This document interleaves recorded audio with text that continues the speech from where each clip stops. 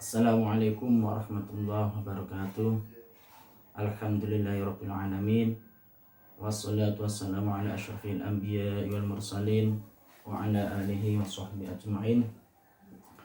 Rabbi shrah li sadri wa yassir li amri wahlul 'uqdatam min lisani yafqahu qawli. Rabbi zidni ilma wa rizqan wa fahma amin ya rabbal alamin. Teman-teman mahasiswa sejarah peradilan Islam yang saya hormati, Oke, di sini saya akan menjelaskan sedikit pengantar tentang ruang lingkup studi peradilan Islam. Sebenarnya teman-teman kemarin ya sudah memberikan sebuah penjelasan yang cukup bagus ya. Tapi di sini saya akan memberikan tambahan penjelasan dari presentasi kemarin. Yang pertama, pengertian peradilan. Sebelumnya saya menjelaskan lebih lanjut, saya punya 3 buku induk ya sebagai referensi ketika saya menjelaskan tentang sejarah peradaban Islam ya. Tujuannya apa? Agar ya ketika saya memberikan penjelasan tentang sejarah peradilan Islam itu ya saya punya referensi ya. Yang pertama, sejarah peradilan Islam karangan Suparman Jasin, kemudian ada Peradilan Agama di Indonesia karangan Dr. Haji Ahmad Basik Jalil. Yang ketiga, sejarah peradaban Islam karangan Profesor Dr. Alidin Gotong. Oke, yang pertama saya akan menjelaskan tentang pengertian peradilan. Kalau di dalam bahasa Arab, peradilan itu artinya al-qadha. Al-qadha sendiri secara etimologi di dalam bahasa Arab itu banyak kata yang mirip dengan al-qadha. Saya berikan contoh ya, kalau dulu teman-teman pernah mengambil makul sejarah peradilan Islam, kan ada pengertian sejarah ya. Sejarah itu di dalam bahasa Arab ada yang mengatakan hikayah, ada kisos, ada tambu kalau di dalam bahasa Sumatera, kisos, ada hikayah ya, ada sejarah sendiri juga ada. Tapi di sini saya akan menjelaskan tentang al-qadha ya. Dalam bahasa Arab, peradilan adalah al-qadha. Secara etimologi, al-qadha itu punya kata-kata yang mirip dengan bahasa Arabnya ya. Yang pertama, al-faragh. Al-faragh artinya putusan atau selesai. Kalau di dalam Al-Quran, fa'idha faragta fansab. Al-faragh artinya putusan selesai. Kenapa dikatakan putusan selesai? Karena memang tugasnya peradilan ya, atau tugasnya hakim di dalam peradilan itu kan tugasnya adalah menyelesaikan atau memutuskan sebuah perkara yang terjadi di antara dua belah pihak yang bersengketa. Makanya secara etimologi al-qadha itu al-faragh yang artinya putusan atau selesai. Kemudian al-ada yang artinya menunaikan atau membayar. Kenapa dikatakan menunaikan? Karena seorang qadhi di dalam sebuah sistem peradilan itu harus menunaikan apa yang diinginkan dari dua belah pihak yang sedang bersengketa. Menunaikan apa ya? Menunaikan keinginan-keinginan atau gugatan-gugatan dari dua belah pihak agar ditunaikan ya, dengan prinsip-prinsip keadilan. Makanya al-ada artinya menunaikan ya. Menunaikan bisa seakar kata dengan al-qadha. Kemudian ada al-huk, mencegah atau menghalangi. Kenapa dikatakan mencegah atau menghalangi? Karena ya seorang hakim ya itu tugasnya adalah mencegah atau menghalangi agar tidak terjadi sebuah tindak kejahatan ya. Kemudian al-qadha sendiri artinya memutuskan hukum atau membuat sebuah ketetapan. Itu adalah al-qadha ya. Kemudian qadhi menurut bahasa orang yang memutuskan perkara dan menetapkannya ya. Kalau al-qadhi itu orangnya, al-qadha itu adalah peradilannya ya. Itu ya. Atau peradilan berasal dari kata al-adil, artinya tidak memihak atau tidak berat sebelah. Jadi peradilan itu ya tugasnya itu tidak memihak salah satu dari dua orang atau lebih yang bersengketa, tidak boleh memihak di tengah-tengah gitu, tidak berat sebelah, tidak berat pihak yang mengajukan gugatan ya, atau tidak berat sebelah antara orang yang menggugat dengan orang yang digugat gitu ya. Makanya al-qadha di dalam bahasa Arab secara etimologi itu seakar kata atau mirip dengan al-farah, al-ada, al-huk, al-qadha, al-adil ya. Kemudian peradilan sendiri ya, peradilan berasal dari kata adil, mendapat imbuhan per dan an ya. Jadi peradilan yang merupakan terjemahan dari qadha artinya pertama memutuskan, kemudian melaksanakan, setelah melaksanakan kemudian menyelesaikan ya. Jadi ini bagi gabungan dari al-farah, al-ada, al-huk. Maksudnya kalau secara terminologi, peradilan adalah kekuasaan yang mengadili dan memutuskan perkara. Ini saya buat PowerPoint ya, yang merupakan gabungan dari 3 referensi buku ini. Kebanyakan, tapi ya saya ambil dari berbagai buku lain juga ya. Kemudian peradilan adalah proses menyelesaikan perkara pertengkaran untuk melenyapkan gugat-menggugat dan untuk memotong pertengkaran dengan hukum-hukum yang dipetik dari Al-Quran dan As-Sunnah. Jadi yang dimaksud peradilan ini peradilan Islam ya, karena peradilan Islam itu adalah sumbernya Al-Quran dan As-Sunnah. Kalau di dalam tata peradilan di Indonesia kan banyak ya, ada peradilan agama dan peradilan umum gitu ya. Tapi yang dimaksudnya adalah peradilan Islam.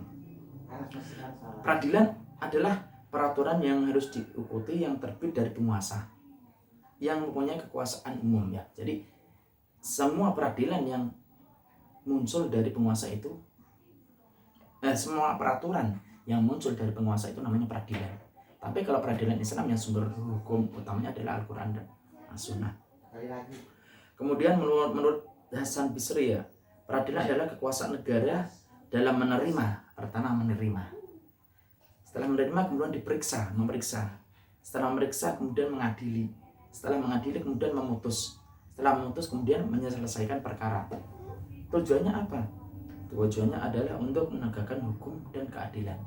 Jadi menurut Hasan Bisri itu peradilan yang pertama menerima, setelah itu memeriksa, mengadili, memutus, dan terakhir menyelesaikan. Sedangkan peradilan menurut ahli fikih adalah lembaga hukum atau tempat di mana seseorang mengajukan keadilan, perkataan yang harus dituruti oleh seseorang yang mempunyai wilayah hukum. Ini menurut ahli fikih ya. Jadi dari berbagai macam definisi peradilan itu dapat saya simpulkan bahwa peradilan adalah lembaga yang mempunyai kekuasaan umum untuk mengadili dan memutuskan perkara antara 2 orang atau lebih dengan berdasarkan Al-Quran dan hadis atau berdasarkan hukum yang berlaku. Karena di Indonesia itu ada model peradilan yang didasarkan pada sumber Al-Quran dan As-Sunnah, tapi ada peradilan yang berdasarkan hukum yang berlaku. Dan hari ini ada Undang-Undang 1945 ya.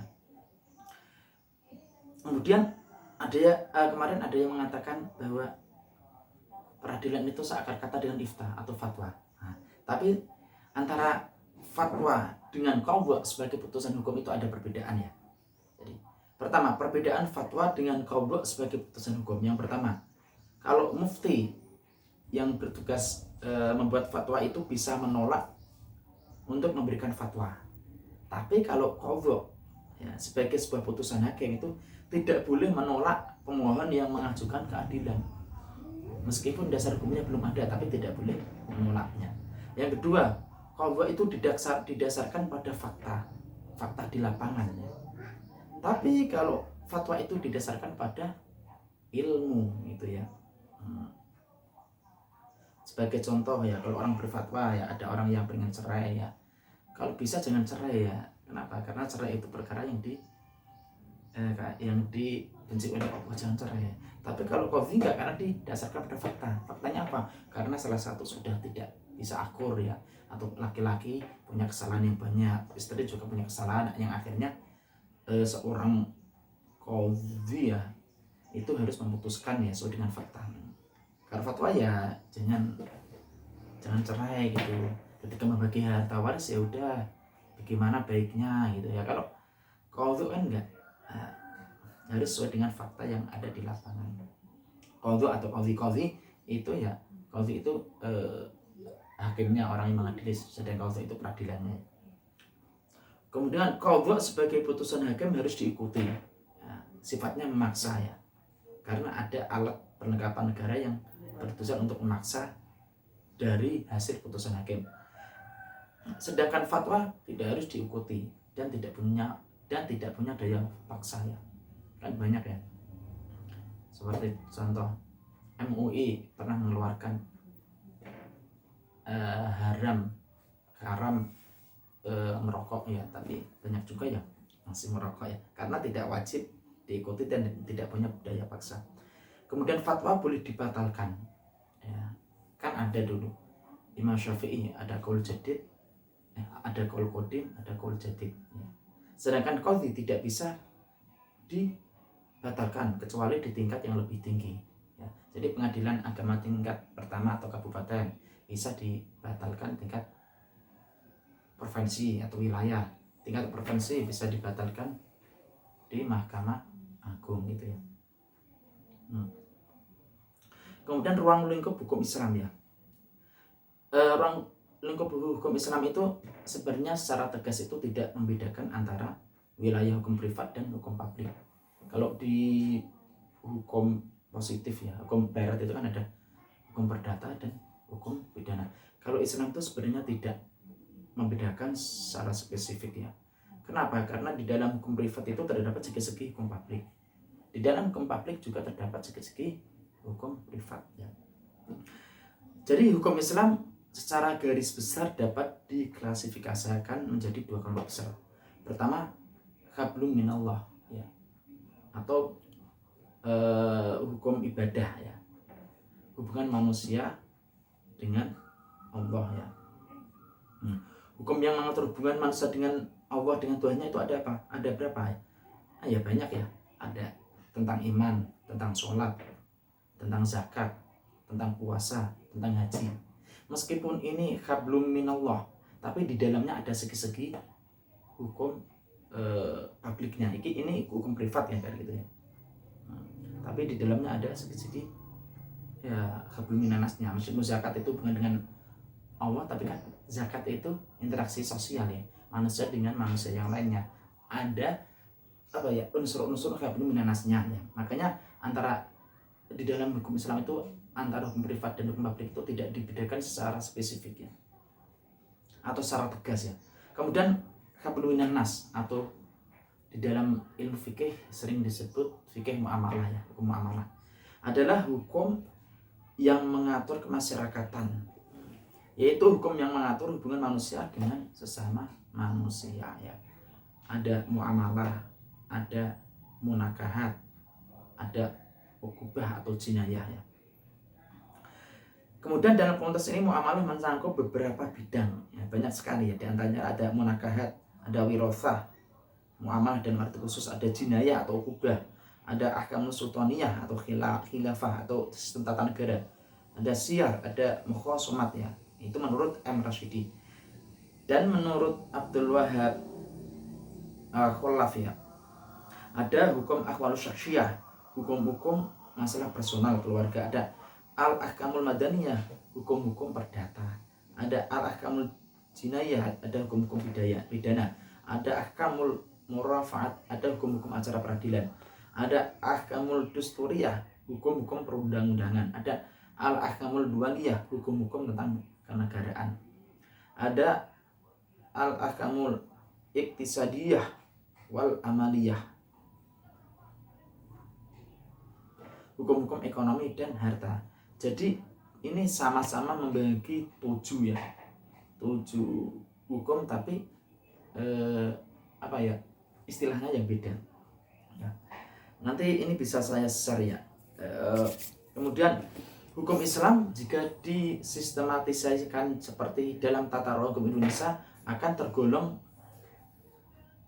bidang ruang lingkup muamalat dalam arti luas sebagai berikut. Yang pertama, hukum perdata ya.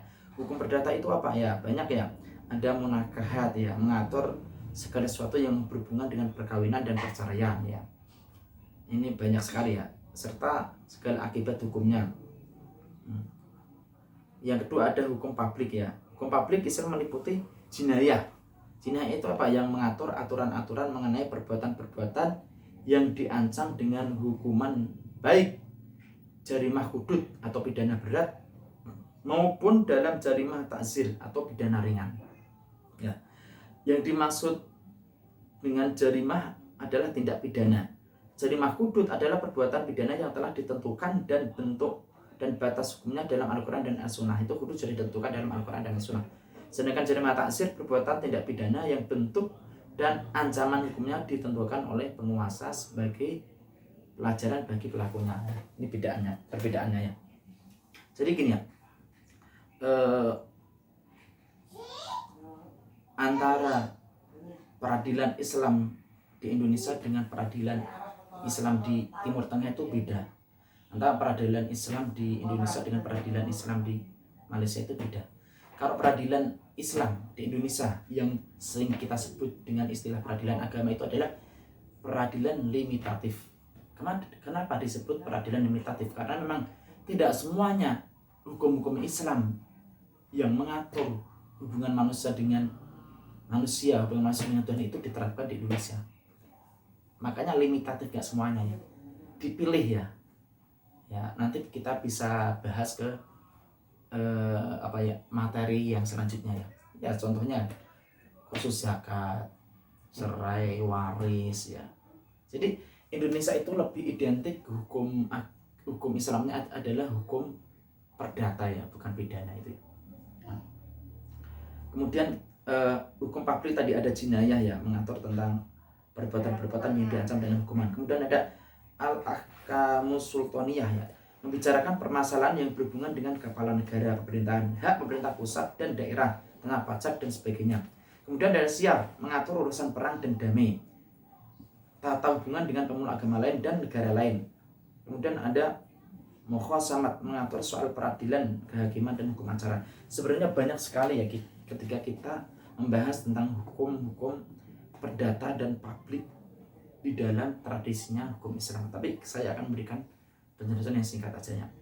Nah, kemudian ya, bagaimana sebuah peradilan itu bisa dikatakan peradilan yang sudah yang sudah bagus ya, sudah tertata, sudah mapan ya.